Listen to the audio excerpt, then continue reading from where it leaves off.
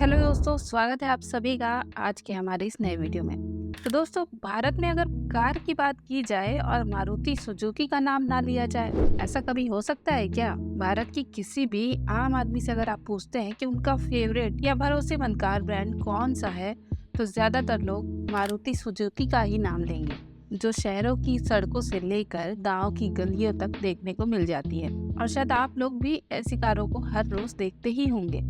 लेकिन ऐसा क्या खास है मारुति सुजुकी में कि आज भारत की सबसे भरोसेमंद कार कंपनी है?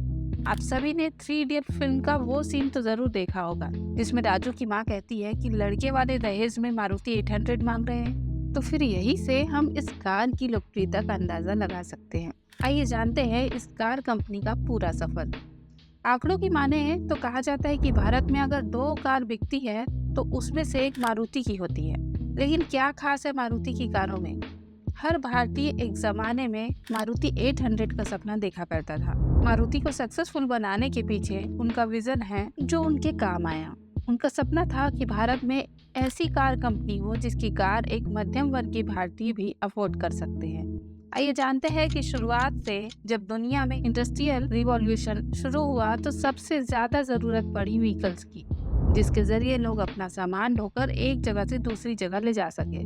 और इसी वजह से विदेशों में बहुत ज्यादा क्वांटिटी में गाड़ियों का प्रोडक्शन शुरू हो गया, और खास करके 4 व्हीलर का। लेकिन भारत में इस रेवोल्यूशन के आने में जरा देर थी, क्योंकि भारत ने अभी अभी आज़ादी हासिल की थी और देश की आर्थिक हालत इतनी अच्छी नहीं थी कि हमारे देश के नागरिक बाहर की विदेशी कंपनियों की महंगी कारें अफोर्ड कर सके। इसलिए उस समय की सरकार भी यही चाहती थी कि भारत के पास खुद की ऐसी कार कंपनी हो जो भारतीय जनता को सस्ती कार अवेलेबल करा सके। जिसके बाद 16 नवंबर 1970 में Maruti tech support private limited की स्थापना हुई। ये एक टेक सपोर्ट कंपनी थी जो कार की डिजाइनिंग पर काम करती थी और कार के बाकी हिस्सों की जानकारी देती थी। फिर आता है साल 1971, जब 9 जून को कंपनी एक्ट के जरिए इस कंपनी का नाम बदलकर मारुति लिमिटेड कर दिया गया और तब की तत्कालीन प्रधानमंत्री यानी कि इंदिरा गांधी जी के बेटे संजय गांधी को इस कंपनी का एमडी बना दिया गया।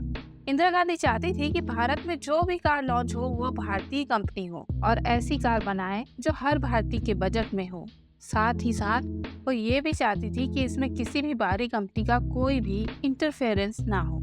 इसलिए उन्होंने अपने बेटे को इस कंपनी का एमडी बनवा दिया। लेकिन संजय गांधी को ऑटोमोबाइल सेक्टर में किसी भी तरह की कोई भी नॉलेज नहीं थी और ना ही उनका बैकग्राउंड ऐसा था। इसके बावजूद उन्होंने इस कंपनी को आगे ले जाने के लिए बहुत सारी कोशिशें की। यहाँ तक कि उन्होंने फॉक्सवैगन, फोर्ड जैसी कंपनियों से भी मदद मांगी, लेकिन कंपनियों ने उन्हें किसी भी तरह से कोई पॉजिटिव रिस्पॉन्स नहीं दिया। उस वक्त देश में अकाल की स्थिति चल रही थी। इस वजह से बाहरी कंपनियों को इस बात का डर था कि उनके पैसे पूरी तरीके से डूब ना जाए, और किसी भी कंपनी ने मदद करने के लिए हामी नहीं भरी।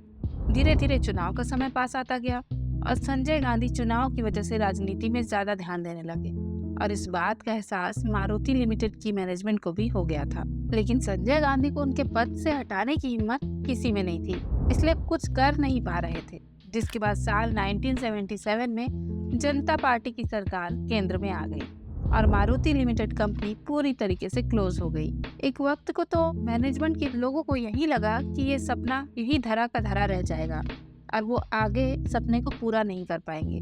लेकिन असल मायने में यही इस कंपनी की शुरुआत थी। 24 फरवरी 1981 को भारत सरकार और वेंकट रमन कृष्णमूर्ति के साथ इस कंपनी को वापस खोला गया था और इसका नाम रखा गया था मारुति उद्योग लिमिटेड।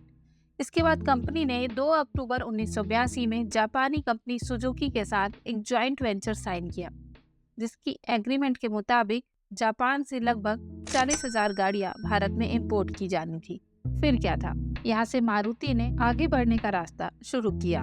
शुरुआती साल में जापान से गाड़ियां मंगाई गई, जिसके बाद 19 नवंबर 1983 में हरियाणा गुड़गांव में मारुति की पहली फैक्ट्री खोली गई और इस फैक्ट्री में मैन्युफैक्चर हुई मारुति की सबसे आइकॉनिक गाड़ी मारुति 800। ये कार हमारे देश के लिए इतनी ज्यादा आइकॉनिक थी कि इसके पहले कस्टमर श्री हरपाल सिंह जी को इंदिरा गांधी जी ने उस कार की चाबी दी थी। आंकड़ों की माने तो 1983 से लेकर अब तक यह कार 27 लाख से भी ज्यादा बिक चुकी है। इसके बाद मारुति सुजुकी ने एक एक करके अपनी बेहतरीन कार भारत को दी और 1984 में मारुति 800 के इंजन के साथ इसने अपना दूसरा मॉडल यानी कि मारुति ओमनी या फिर कहे वो गाड़ी जिससे फिल्मों में किडनैपिंग सीन के लिए जोरों शोरों से इस्तेमाल किया गया, उसका लॉन्च हुआ। और उस कार का हरियाणा फैक्ट्री में एनुअल प्रोडक्शन 40,000 से ज्यादा था। जिसके बाद 1985 में उन्होंने जिप्सी लॉन्च की, जो भारतीय लोगों को काफी ज्यादा पसंद आई। साल 1985 में ही मारुति ने अपने 800 मॉडल को रीडिजाइन करके वापस से पेश किया, जो कि हाथों हाथ 1 लाख से भी ज्यादा बिकी।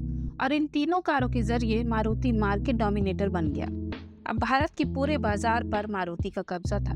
मारुति की सक्सेस को देखकर सुजुकी ने 1987 में कंपनी में अपने शेयर 26% से बढ़ाकर 40% कर दिए। जिसके बाद मारुति के पास इतना फंड आ गया कि वह विदेशों में भी अपनी गाड़ियां लॉन्च कर सकती। जिसके बाद सुजुकी ने वापस से कंपनी में अपने शेयर 40% से बढ़ाकर 50% कर दिए और कंपनी का नाम मारुति सुजुकी हो गया, क्योंकि अब दोनों 50-50% के पार्टनर थे। 1991 के बाद मारुति ने एक के बाद एक नई गाड़ियों के मॉडल लॉन्च किए और 1999 की वैगन आर आज 20 साल बाद भी सबसे ज्यादा बिकने वाली गाड़ियों में से एक है। इसके अलावा मारुति सुजुकी इकलौती ऐसी कंपनी थी जिसने सन 2000 में अपना पहला कस्टमर कॉल सेंटर खोला और लोगों के दिलों में राज करने वाली इस कंपनी ने अपनी जगह लोगों के दिलों में थोड़ी और घेर ली। इसके बाद सन 2004 में मारुति ऑल्टो लॉन्च की गई, जो कि ताबड़तोड़ सेलिंग के साथ भारतीयों की पहली पसंद बन गई और उसने मारुति 800 तक को पीछे छोड़ दिया। साल आते गए और मारुति अपनी कारों को भारतीयों की जरूरत के हिसाब से डालती रही।